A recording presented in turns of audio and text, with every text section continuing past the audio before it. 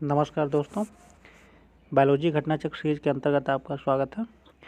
दोस्तों, हम लोग जो है वर्गीकी चैप्टर के अंतर्गत इसके जो भी नोट्स थे वो कंप्लीट कर चुके हैं। इसके पहले वीडियो में वो आप जो है प्लेलिस्ट में देख सकते हैं। आज हम लोग इसका जो है प्रश्नकोश जो है इस पर आधारित जो भी प्रश्न आए हैं उसको देखते हैं। चैप्टर बड़ा है तो इस पर जो है बहुत इंपॉर्टेंट चैप्टर है। इस पर काफ़ी बहुत ज़्यादा इस पर क्वेश्चन आए हुए हैं।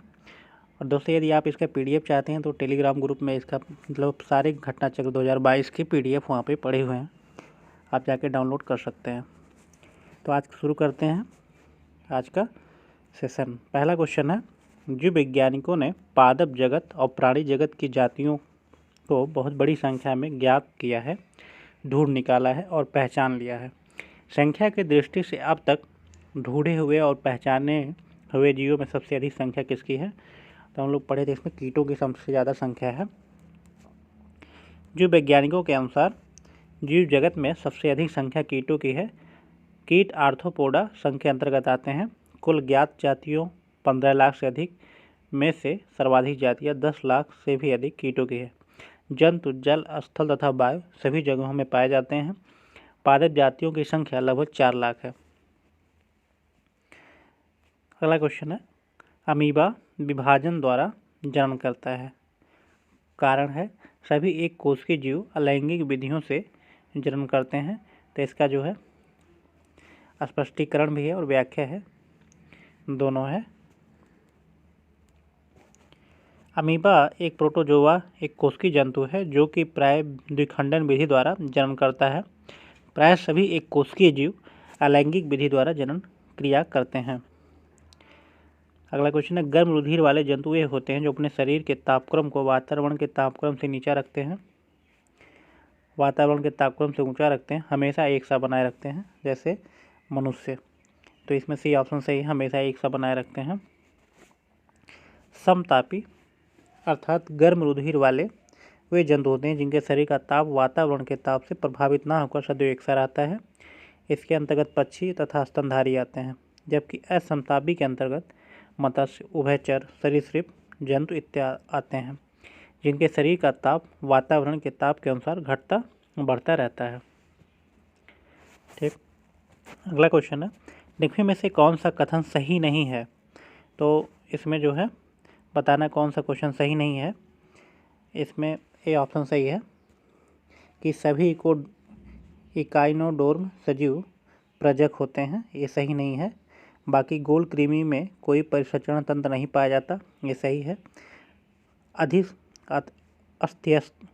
अस्थिस्थल मछलियों में वाताशय आमतौर से विद्यमान होता है, ये भी सही है। उपास्थसम मछलियों में निषेचन आंतरिक होता है, ये भी सही है। तो केवल एक गलत है। इकाइनोडर्म समुद्र में पाए जाने वाले पंचतई अरीय सममत वाले ड्यूटेरोस्टोमी इसिलोमेट यूमेटाजोआ होते हैं जिनकी डिंभक प्रावस्था में शरीर की सममित द्विपार्श्वीय होती है तथा सभी इकाइनोडर्म सजीव प्रजक नहीं होते। इस प्रकार विकल्प ए कथन सही नहीं है, जबकि अन्य प्रश्नगत कथन सही है। अगला क्वेश्चन है, निम्न में से कौन मछली नहीं है? तो कौन मछली नहीं है बताना है। Starfish, pipefish, sawfish, guitarfish. तो इसमें हो जाएगा स्टार फिश। स्टार फिश मछली नहीं है। कुछ समुद्री जीवों जंतुओं के नाम मछलियों के नाम से मिलते जुलते हैं परंतु ये मछलियाँ नहीं हैं, जैसे jellyfish, starfish, silverfish, cuttlefish, hagfish, razorfish और क्राई फिश। अगला क्वेश्चन है, निम्न में से कौन एक वास्तविक मीन है या मछली है? बताना है कौन वास्तविक मछली है। तो इसमें जो है कैट फिश जो है एक वास्तविक मछली है, बाकी जो है मछली नहीं है। रजत मीन एक छोटा पंखहीन कीट होता है। क्रे फिश एक बड़े खोल वाला जानवर है। क्रे फिश एक खोल वाला जानवर होता है। और जेली फिश कशेरुकी जंतु नहीं है तथा यह मछली की श्रेणी में नहीं आता। और कैट फिश का वास्तविक मीन है। जो कैट फिश है वास्तविक मछली है। अगला क्वेश्चन है, निम्न में से कौन सी वास्तविक रूप से मछली है? तो समुद्री घोड़ा या हिप्पोकैम्पस जो है मछली होता है। सितारा मछली सितारे नुमा इकाइनोडर्म श्रेणी का एक जंतु है। जेलीफिश आरिलिया को कहते हैं, जो कि संघसिलेट्रेंट का एक जंतु है। हैगफिश साइक्लोस्टोमेटा समूह का जंतु है, जिसमें जबड़ों का अभाव होता है। यह भी वास्तविक मछली नहीं है। समुद्री घोड़ा या अश्वमीन हिप्पोकैम्पस को कहते हैं, जो एक वास्तविक अस्थिलमीन है। ठीक, तो हिप्पोकैम्पस जो होता है वो एक अस्थिलमीन है। निम्न में से कौन एक मछली है बताना है। तो समुद्री घोड़ा हम लोग देख चुके हैं, मछली है हिप्पोकैम्पस। अगला क्वेश्चन है, सबसे बड़ा अस्तनी कौन सा है। तो सबसे बड़ा अस्तनी जो है व्हेल मछली है। ब्लू व्हेल पृथ्वी पर पाया जाने वाला सबसे बड़ा स्तनपायी जीव है। इसकी लंबाई 33 मीटर से भी अधिक, वजन 180 मीट्रिक टन से भी अधिक होता है। व्हेल निम्न वर्गों में से किस वर्ग का प्राणी है। तो व्हेल जो है एक स्तनपायी है। अगला क्वेश्चन देखते हैं, निम्न में से कौन स्तनपायी है। दिया है शार्क, ऑक्टोपस, स्क्विड या व्हेल। इसमें जो है व्हेल जो है स्तनपायी है। अगला क्वेश्चन है, निम्न प्रजातियों में से कौन सी दांत वाली व्हेलों में विशालतम है। बताना है जो दांत वाली कौन सी व्हेल होती है जो विशालतम है। तो इस पे स्पर्म व्हेल होता है, ये विशालतम है। स्पर्म व्हेल एक विशालतम दांत वाली व्हेल है, जो पूर्ण वयस्क नर स्पर्म व्हेल 50 से 55 फीट लंबी और 35 से 45 टन वजनी होती है। अगला क्वेश्चन है, निम्न में से कौन अंडे देता है और सीधे बच्चे नहीं देता। अंडे देता है और सीधे बच्चे नहीं देता, जिसमें कंगारू, व्हेल, सेही और एकेडीना है जो अंडे देती है, सीधे बच्चे नहीं देती। एकेडीना और प्लेटिपस एकमात्र अंडे देने वाला स्तनपायी है। एक ऐसा स्तनपायी मैमल्स है जो एकेडीना जो अंडे देता है। ठीक, उड़ने वाला स्तनपायी है। तो उड़ने वाला स्तनपायी हम लोग देखते चमगादड़ है। चमगादड़ आकाश में उड़ने वाला एक स्तनपायी प्राणी है, जो पक्षी वर्ग में नहीं आता। ये पूर्ण रूप से निशाचर प्राणी है। यह एकमात्र ऐसा स्तनपायी है जो उड़ सकता है। इसके अग्रबाह पंख में परिवर्तित हो गए हैं, जो देखने में झिल्ली के समान लगते हैं। त्वचा की यह झिल्ली गर्दन से लेकर हाथ की उंगलियों तथा शरीर के पार्श्व भाग से होती हुई पूंछ तक चली जाती है एवं पंख का निर्माण करती है। अगला क्वेश्चन है, निम्नलिखित में से उड़ने वाले जीवों में से कौन सा पक्षी वर्ग में नहीं आता। तो पक्षी वर्ग में कौन नहीं आता बताना। चमगादड़ स्तनपायी है, ये ऑप्शन हो जाएगा। अगला क्वेश्चन है, निम्नलिखित जंतुओं पर विचार कीजिए। समुद्री गाय है, समुद्री घोड़ा, समुद्री सिंह। तो निम्न में से कौन स्तनधारी है। स्तनधारी कौन सा है। तो इसमें समुद्री घोड़ा हिप्पोकैम्पस हम लोग जानते हैं मछली है, तो दो तो होगा ही नहीं, या तो एक और तीन में आंसर हो सकता है। एक में तो समुद्री गाय, समुद्री सिंह, ये दोनों जो है स्तनपायी हैं, तो बी ऑप्शन सही हो जाएगा। समुद्री गाय सी काऊ एक विशाल शाकाहारी समुद्री स्तनधारी है। समुद्री घोड़ा एक प्रकार का कशेरुकी मछली है। समुद्री सिंह भी एक स्तनधारी है। अगला क्वेश्चन है, डॉल्फिन वर्गीकृत किए जाते हैं। डॉल्फिन किसमें वर्गीकृत किए जाते हैं बताना है। तो डॉल्फिन जो है अस्तनी में के अंतर्गत आते हैं। डॉल्फिन एक जलीय जंतु है, जिसे अस्तनी वर्ग अर्थात मैमेलिया के गण सिटेशिया में रखा गया है। जो डॉल्फिन को मैमेलिया के वर्ग सिटेशिया में रखा गया है। यह एक अत्यंत ही बुद्धिमान जंतु है, जिसका शरीर धारा रेखित होता है तथा इनके मादा में चूचक उपस्थित होते हैं। गंगा नदी में पाई जाने वाली डॉल्फिन को राष्ट्रीय जलीय जीव घोषित किया गया है। निम्नलिखित में से सील किस जाति का है। तो सील बताना, ये स्तनपायी होता है सील। इस सील या इसको फोका कहते हैं, एक स्तनपायी मैमेलिया जंतु है जो कार्निवोरा गण के अंतर्गत आता है। यह एक जलीय चुस्त एवं शक्तिशाली स्तनधारी जंतु है, जो कि मांसाहारी होता है। शिकार करने के लिए इनमें नुकीले कैनाइन दांत पाए जाते हैं तथा तैरने के लिए इनमें चप्पू या फ्लिपर्स उपस्थित होते हैं। अगला क्वेश्चन, निशंस प्राणी कौन सा है। निशंस प्राणी कौन सा है। तो इसमें जो है पेंगुइन दिया है, व्हेल, कछुआ। इसमें ऑटर जो है निशंस प्राणी है। उदबिलाव या ऑटर एक निशंस प्राणी है जो कि एक स्तनधारी जंतु है, मैमेलिया है उदबिलाव। व्हेल का शरीर धारारेखित होता है। इसकी त्वचा के नीचे वसा का मोटा स्तर ब्लवर शरीर में तापरोधक का कार्य करता है। ठीक, निम्नलिखित प्राणियों पर विचार कीजिए। जाहक या हेज्जाक, सैल मूसक, मारमाट और वज्रसलक पेंगोलिन। उपयुक्त में से कौन से जीव परभक्षियों द्वारा पकड़े जाने की संभावना को कम करने के लिए स्वयं को लपेटकर अपने सुभेद अंगों की रक्षा करते हैं? तो इसमें जो है पेंगोलिन तो हो ही जाएगा। ठीक, पेंगोलिन है और जाहक है, जाक है, ये दोनों अपने आप को पूरे अंग को लपेट लेते हैं। इन पे यदि अटैक आने की स्थिति होती है तो डी ऑप्शन सही हो जाएगा। जाहक हैजाक छोटे स्तनधारी कशेरुकी होते हैं। जब ये डरते हैं तो दुश्मन से अपनी रक्षा हेतु स्वयं को एक गेंद की भांति मोड़ लेते हैं, जिससे इनकी त्वचा पर बने सल्ग कांटे के रूप में परिवर्तित हो जाते हैं तथा ये अपनी रक्षा कर सकें। पेंगोलिन भी अपनी सुरक्षा के अपने शरीर पर बने सल्कों के माध्यम से करते हैं। एम्फीबिया क्या बताता है? तो एम्फीबिया क्या बताता है? बहुत तेज़ी से चलने वाली नावों को केवल जल में रह सकते हैं। एम्फीबिया ऐसे वर्ग होते हैं जो जल और थल दोनों पर रह सकते हैं, जिनको उभयचर कहा जाता है। तो जल और स्थल दोनों पर रह सकने वाले जीवों को कहा जाता है एम्फीबिया। एम्फीबिया अर्थात उभयचर वर्ग के अंतर्गत ऐसे जंतु आते हैं जिनका शरीर जलीय और स्थलीय दोनों प्रकार के जीवन के लिए उपयोजित होते हैं। ये जंतु असमतापी होते हैं, जिनके शरीर का तापमान वातावरण के तापमान के अनुसार घटता बढ़ता रहता है, जैसे मेढक, टोड। निम्न में से कौन सा गुण मनुष्य के अन्य सभी बानर गुणों से पृथक करता है? बताना है कौन सा गुण है जो मनुष्य को बानर के गुणों से पृथक करता है।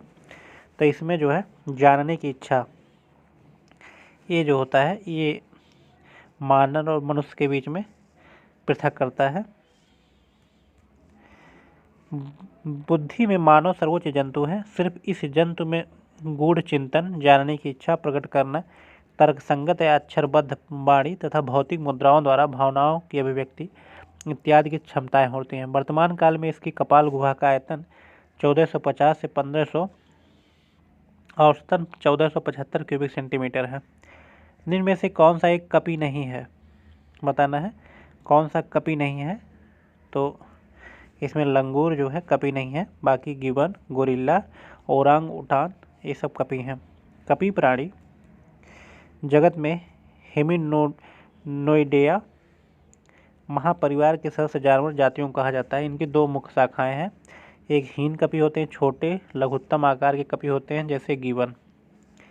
महाकपी या बड़े आकार के मानवनुमा कपी होते हैं, जैसे चिंपैंजी, गोरिल्ला, मनुष्य और ओरंग उटान। लंगूर कपी वर्ग में नहीं बल्कि बानर वर्ग में शामिल किया जाता है। अगला क्वेश्चन है, मानव सदृश लघुत्तम कपी कौन सा है? तो ये गिबन है। अगला क्वेश्चन, नील गाय इनमें से किस कुल में आती है? तो नील गाय जो है हिरण के कुल में आती हैं। नील गाय भारत में पाई जाने वाली विशालतम मृग प्रजाति है। मृग उन जंतुओं को कहा जाता है जिनमें अस्थायी सींग होते हैं, अर्थात हिरणों के श्रृंगाभों के समान नील गाय के सींग हर साल गिरकर नए सिरे से नहीं उगते हैं। निम्नलिखित में से किस जंतु में खुर नहीं पाए जाएंगे? तो हिरण दिया है, जेब्रा, घोड़ा। तो गीदड़ के खुर नहीं पाए जाते हैं। गीदड़ को छोड़कर शेष खुर वाले पशु हैं। गीदड़ कुत्ते के परिवार के एक प्रजाति है, कैनेडिया। सामान्यतः गीदड़ों का वैज्ञानिक नाम कैनिस आरियस है। गीदड़ों का पैर नाखून युक्त गद्देदार होते हैं, कुत्ते के समान होते हैं, खुर नहीं होता। ऑक्टोपस, अगला क्वेश्चन, ऑक्टोपस बताना है क्या है? तो यह जो है एक मृदुकवची मोलस्क होते हैं। ऑक्टोपस मोलस्क संघ के अंतर्गत आते हैं। ऑक्टोपस एक मृदुकवची जंतु है जिसे डेविल फिश के नाम से जाना जाता है। यह एक सिफेलोपोड मोलस्क है जिसमें 8 मुखी भुजाएं पाई जाती हैं। इसके सिर में मुख तथा 2 बड़े नेत्र पाए जाते हैं। इसके अलावा इसकी भुजाओं पर 2 पंक्तियों में चूसक पाए जाते हैं। ठीक, अगला क्वेश्चन है, सबसे बड़ा अकशेरुकी है? तो सबसे बड़ा अकशेरुकी जो है स्क्विड होता है, सबसे बड़ा अकशेरुकी स्क्विड होता है। ठीक, कोलोसल स्क्विड सबसे बड़ा अकशेरुकी है, अधिकतम 12 से 14 मीटर तक लंबा हो सकता है। अगला क्वेश्चन है, निम्न में से कौन सा जीव निस्यंदक भोजी या फिल्टर फीडर कहा जाता है? तो ये जो है सीपिया आयस्टर को निस्यंदक भोजी कहा जाता है, फिल्टर फीडर कहा जाता है सीपिया आयस्टर को। निस्यंदक भोजी या फिल्टर फीडर ऐसे जीव होते हैं जो जल में निलंबित पोषक पदार्थों को अपने शरीर की विशेष फिल्टरिंग संरचना से जल सहित प्रवाहित करते हुए प्राप्त करते हैं। उल्लेखनीय है सीप निस्यंदक भोजी जीव का प्रमुख उदाहरण है। तो ऐसे जो जीव होते हैं वो जो जल में निलंबित पोषक पदार्थ हैं उसकी फिल्टरिंग करते हैं। ठीक, निम्न में से कौन सा एक जीव अन्य 3 जीवों के वर्ग का नहीं है? बताना है कौन सा जीव अन्य 3 जीवों के वर्ग का नहीं है। केकड़ा, बिच्छू, बरूथी, मकड़ी। तो केकड़ा जो है अन्य 3 जीवों के वर्ग का नहीं है, क्योंकि केकड़े का जो वर्ग है वो मेलेस्कोस्ट्रेका है, बरूथी का वर्ग एरेक्निडा है, बिच्छू का एरेक्निडा और मकड़ी का एरेक्निडा। तो ये तीनों एक वर्ग के हैं, तो केकड़ा जो है डिफरेंट है, मेलेस्कोस्ट्रेका। कड़कनाथ एक किस्म है, तो कड़कनाथ जो है मुर्गे का किस्म है। ये छत्तीसगढ़ मध्य प्रदेश के बीच यहाँ क्षेत्र में पाया जाता है। कड़कनाथ मुर्गे की किस्म है मध्य प्रदेश के झाबुआ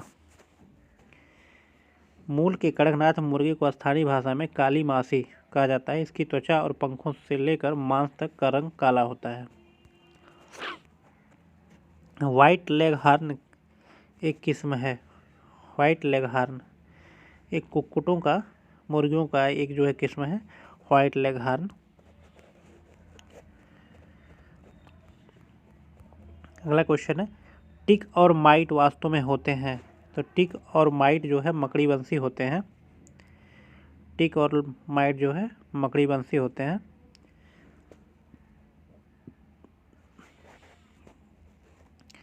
टिक और माइट वास्तव में मकड़ी वंशी होते हैं जो एरेनीगण के अंतर्गत आते हैं। इनके उपांग संधियुक्त होते हैं तथा इनका शरीर द्विपार्श्वीय एवं त्रिस्तरीय होता है। अधिकांश टिक कशेरुकी जीवों के बाह्य परजीवी होते हैं, जबकि माइटस परजीवी तथा स्वतंत्र जीवी होते हैं। जुगनू होता है। जुगनू क्या है? एक कीट है जुगनू। जुगनू या खदोत कीटों का एक परिवार है जिसके पंख होते हैं। जीव दीप्त उत्पन्न करके अपनी संगी को आकृष्ट करते हैं या दूसरे जानवरों का शिकार करने के लिए उनका उपयोग करते हैं। वैज्ञानिकों ने सिद्ध किया है कि जुगनू की चमक ल्यूसीफेरस नामक एंजाइम के कारण होता है। जो जुगनू में लूसीफेरस नामक एंजाइम से चमक होती है। इनमें से कौन सा कीट नहीं है बताना है। तो कीट नहीं है, तो ये जो है मकड़ी कीट के अंतर्गत नहीं आता। मकड़ी वर्ग एरेक्निडा तथा क्रम एरेनी का एक जंतु है जो कि उदर के पश्च भाग में स्थित ग्रंथियों के स्राव से जाल बनाती है। सभी मकड़ियाँ परभक्षी होती हैं। अन्य विकल्प जंतु कीट वर्ग के हैं। अन्य जो है कीट वर्ग के हैं, जिसमें खटमल है, मच्छर, घरेलू मक्खी। इनमें 3 अर्थात 6 पाद होते हैं, 6 जोड़ी पैर होते हैं, 6 पैर होते हैं, 3 जोड़ी। सभी कीटों का विशिष्ट गुण है। मकड़ी कीट के अंतर्गत नहीं आती क्योंकि इनके 8 पैर पाए जाते हैं या 8 पाद पाए जाते हैं। ठीक, निम्न में से कौन सा कीट नहीं है बताना है। कौन सा कीट नहीं है? तो इसमें मकड़ी फिर दिया है, घरेलू मक्खी, खटमल, मच्छर कीट है, जबकि मकड़ी की कीट नहीं है। अगला क्वेश्चन है, मकड़ी कीट से भिन्न होती है क्योंकि मकड़ी में जो है 8 पैरें पाई जाती हैं, कीट में 6। अगला क्वेश्चन है, निम्न में से कौन कीट नहीं है? तितली, मच्छर, मकड़ी, तिलचट्टा। तो मकड़ी जो है नहीं है क्योंकि इसमें 8 पैर पाई जाती है और जो कीट है उसमें 6 पैर। निम्न में से किस एक जीव का रक्त सफ़ेद होता है बताना। किसका रक्त सफ़ेद होता है? तो इसमें जो है तिलचट्टा का जो है रक्त वो सफ़ेद होता है, तिलचट्टा का रक्त सफ़ेद होगा। ऑक्सीजन हित हीमोग्लोबिन का प्रयोग ना करने के कारण तिलचट्टे का खून का रंग लाल नहीं होता बल्कि रंगहीन होता है। कॉकरोच के रक्त द्वारा ऑक्सीजन का परिवहन नहीं किया जाता और इसका रंग भी लाल नहीं होता क्योंकि इसमें हीमोग्लोबिन उपस्थित नहीं होता है। कॉकरोच के शरीर के प्रत्येक खंड में स्थित ट्यूब की एक प्रणाली के माध्यम से कोशिका तक सीधे ऑक्सीजन पहुंचती है। इसका रक्त रंगहीन या सफ़ेद रंग का होता है, इसमें हीमोग्लोबिन का प्रयोग नहीं होता है। जब चींटियां काटती हैं तो वे अंतःक्षेपित करती हैं। जब चींटियां काटती हैं तो फार्मिक अम्ल जो है अंतःक्षेपित करते हैं, जिससे हम लोगों को काटने की जगह दर्द होता है। चींटियों के काटे जाने पर शरीर में फार्मिक अम्ल का अंतःक्षेपण होता है, जिसके कारण परिणामस्वरूप शरीर में दर्द या चुनचुनाहट या का आभास होता है। फार्मिक अम्ल एक कार्बनिक यौगिक है जो कि कार्बोक्सिलिक श्रेणी का प्रथम सदस्य है, जिसका दैनिक उपयोग जीवाणुनाशी के रूप में रबड़ के व्यवसाय तथा फलों के रसों को सुरक्षित रखने में भी किया जाता है फार्मिक अम्ल का प्रयोग। अगला क्वेश्चन है, मकड़ियों द्वारा उत्पादित रेशम कहलाता है। तो मकड़ियों द्वारा उत्पादित रेशम क्या कहलाया जाएगा?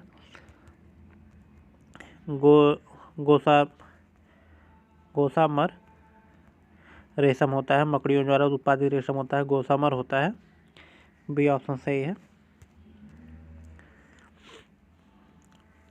रेशम प्रोटीन निर्मित फाइबर है।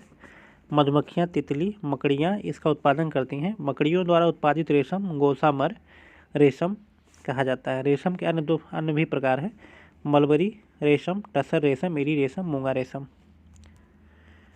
मकड़ियों द्वारा उत्पादित रेशम क्या कहलाता है? तो गोसामर रेशम कहलाता है, जो मकड़ियों द्वारा उत्पादित होता है। अगला क्वेश्चन है, फीता कृमि उभयलिंगी है। गोल कृमि में अलग अलग लिंग सेक्स होते हैं। फाइलेरिया सूत्रकृमि नेमाटोड से होता है, जबकि गिनी कृमि एनेलिड है। बताना क्या क्या सही है इसमें। 1 2 3 सही है। फीता कृमि उभयलिंगी है, सही है। गोल कृमि से अलग अलग लिंग सेक्स होते हैं। फाइलेरिया सूत्रकृमि से होता है। प्रसंगत 1 2 3 सही है, जबकि कथन 4 सही नहीं है, क्योंकि गिनी कृमि एक सूत्रकृमि है जिसका जंतु वैज्ञानिक नाम ड्रेकनकुलस मेंडिनेसिस है। यह मनुष्य तथा कुछ दूसरे स्तनियों तथा का परजीवी जंतु है, जिसके संक्रमण से शरीर में दमा, उल्टी, खुजलाहट, इओसिनोफिलिया इत्यादि के लक्षण प्रकट होते हैं। ये सब शरीर में इस परजीवी के विषैले पदार्थ के प्रभाव कारण उत्पन्न होता है। तो जो है गिनी कृमि है उस सूत्रकृमि से होता है, ना कि एनिलिडे से। अगला क्वेश्चन, निम्नलिखित में से किस ग्रुप में के जंतु प्राय रातिचर होते हैं? तो प्राय रातिचर होते हैं मच्छर, चमगादड़, उल्लू जो है रातिचर होते हैं। रातिचर जंतु वे जंतु हैं जो कि दिन में आराम करते हैं किंतु रात्रि में सक्रिय रहते हैं। इन जंतुओं में प्राय श्रवण तथा घ्राणेंद्रियां अत्यधिक विकसित होती हैं एवं दृष्टि क्षमता विशेष अनुकूलित होती है। मच्छर, चमगादड़, उल्लू, कीवी इत्यादि जंतु रातिचर है। अगला क्वेश्चन है, मच्छरों के बारे में निम्नलिखित कथनों पर विचार कीजिए। केवल नर रक्त चूसते हैं, केवल मादा रक्त चूसती हैं। तो नर जो है रक्त नहीं चूसते, ये जो है फूलों से या उससे अपने रस निकालते हैं। मादा रक्त चूसती हैं। मादा पौधों का रस चूसते हैं, नहीं, पौधों का रस जो है नर चूसते हैं, ये भी गलत हो जाएगा। मादा की अपेक्षा नर के डैने बड़े होते हैं, नर की अपेक्षा मादा के डैने बड़े होते हैं। तो 2 और 5 इसका सही हो जाएगा। केवल मादा मच्छर ही गर्म रुधिर वाले कशेरुकी पक्षियों एवं स्तनियों का रुधिर चूसती हैं। बाह्य परजीवी के रूप में होती हैं। नर मच्छर रुधिर नहीं चूसते, ये अपना पोषण फल फूलों के रस से करते हैं। कभी कभी मादाएं भी फल फूलों का रस चूसती हैं। मादा मच्छर सामान्यतः नर मच्छर से बड़े होते हैं, अतः विकल्प डी उत्तर होगा। निम्न में से कौन से प्राणी अपनी आंत में जल का संग्रह कर लेते हैं। तो आंत में जल का संग्रह ऊँट करता है। ऊँट को रेगिस्तान का जहाज कहा जाता है क्योंकि इनका शरीर पूर्णतः मरुस्थल के प्रति अनुकूलित होता है। इनके पैर गद्दीदार होते हैं। श्वसन की लय अति धीमी होती है तथा एक बार में अत्यधिक जल को पीकर जल का संग्रह कर अपनी आंत में कर लेते हैं, जिससे कई दिनों तक इन्हें जल की आवश्यकता नहीं होती। ठीक, अगला क्वेश्चन है, निम्न में से कौन सा जानवर बिना पानी पिए सबसे लंबी अवधि तक रह सकता है? तो इसमें कंगारू और चूहा है।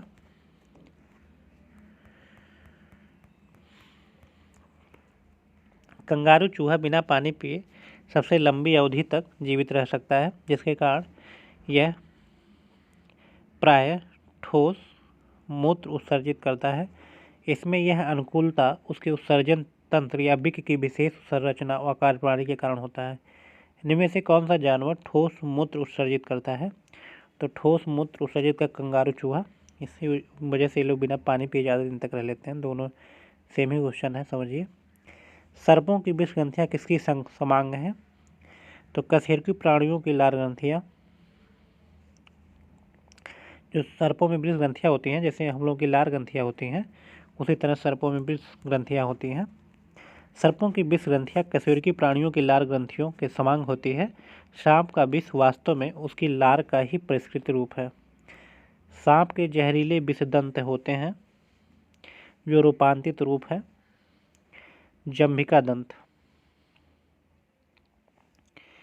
विषैले सांपों में ऊपरी जबड़े की मैक्सिली हड्डियों के 1 से 3 जोड़ी या प्राय एक जोड़ी बड़े या पीछे की ओर मुड़े विषदंत तालू से मुखाग्रासन गुहिका में उभरे रहते हैं। ये मैक्सिलरी दंत या जंभिका दंत के ऊपरी जबड़ों में ही स्थित विष ग्रंथियों से संबद्ध होते हैं। चट्टान पर उगने वाले पादप कहलाते हैं। जो चट्टान पर उगेंगे उनको लवणभित कहा जाता है।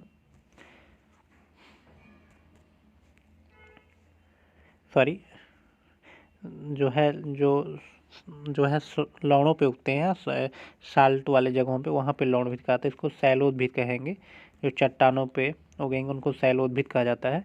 चट्टान पे उगने वाले पादप को शैलोद्भिद कहते हैं। निम्न में से कौन सा एक कीटाहारी पादप है? कीटाहारी पादप कौन सा है? जो हम लोग देखें घटपड़ी है, जो अपने नाइट्रोजन की कमी को पूरा करने के लिए कीटों को खाता है। घटपड़ी पौधा शिकार पकड़ने की अपनी बनावट कारण मांसभक्षी पौधे के रूप में जाना जाता है। घटपड़ी पौधे में फंसे कीट उससे एकत्रित विषैले द्रव से मर जाते हैं। अगला क्वेश्चन है, घटपड़ी के निम्नलिखित भागों में से कौन सा एक घट के रूप में रूपांतरित होता है? तो घट के रूप में क्या रूपांतरित होगा? पत्ता होता है उसका, वो घट के रूप में रूपांतरित होता है। घटपड़ी मांसाहारी कीटभक्षी पौधे होते हैं जो अल्प खनिज या अम्लीय मृदा में उगते हैं, जहाँ पर नाइट्रोजन की कमी होती है। नाइट्रोजन की कमी पूरा करने के लिए कीटें अपनी आहार बनाते हैं। इन पौधों की पत्तियों का पर्णफलक या कलश या सुराही की भांति विकसित होती है, जिसमें पाचक एंजाइम पाए जाते हैं। जैसे ही कोई कीट पत्तियों के अंदर प्रविष्ट होते हैं, वैसे ही कलश के ढक्कन द्वारा ढक जाता है और पाचक एंजाइमों द्वारा नाइट्रोजन का पाचन घटपड़ द्वारा कर लिया जाता है। ठीक, निम्नलिखित में से कौन सही रूप में सुमेलित नहीं है बताना है। तो इसमें जो है ईस्ट किण्वन सही सुमेलित है। कैसीन दुग्ध प्रोटीन होता है। एलोवेरा एक आवृत बीजी है।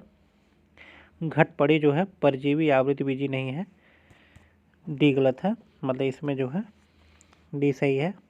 घटपड़ी या नेफेथिन्स का पौधा प्रकाश संश्लेषण की क्रिया द्वारा अपना भोजन बनाने में सक्षम है। यह प्राय ऐसे स्थान पर उगता है जहाँ मृदा की नाइट्रोजन की कमी होती है, जिसकी पूर्ति वह कीटों को पचाकर करता है। ठीक, अगला क्वेश्चन, निम्न में से कौन सा युग्म सही सुमेलित नहीं है? तो बताना है। अमरवेल तना परजीवी है। चंदन जड़ परजीवी। आर्किड अधिपादप हैं, एपीफाइट कहे जाते हैं। और घटपड़ी जो है जलोद्भिद दिया है, गलत है। ये मांसभक्षी पौधा है, डी में डी सही हो जाएगा। घटपड़ी नेफेथिन्स कुल कीटभक्षी पौधा है। ये पौधा मुख्यतः साग हर्ब्स होते हैं और दलदली अधिक नम वाले स्थानों पर उगते हैं। दलदली अधिक नम वाले स्थानों पर जलोद्भिद से आशय है अश्वांतशय पूर्णतः जल निमग्न पौधों से है। इस प्रकार पादप जलीय पर्यावरण में रहने के विकसित होते हैं, जिन्हें अनुकूलित चंदन आंशिक मूल परजीवी होता है।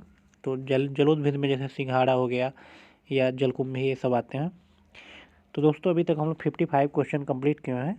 अभी हम लोग 56 क्वेश्चन से अगले वीडियो में करेंगे, नहीं तो ये वीडियो काफ़ी बड़ा हो जाएगा। यदि आपको सेशन अच्छा लग रहा है तो ज़्यादा से ज़्यादा इसको सब्सक्राइब करें और शेयर करें। धन्यवाद।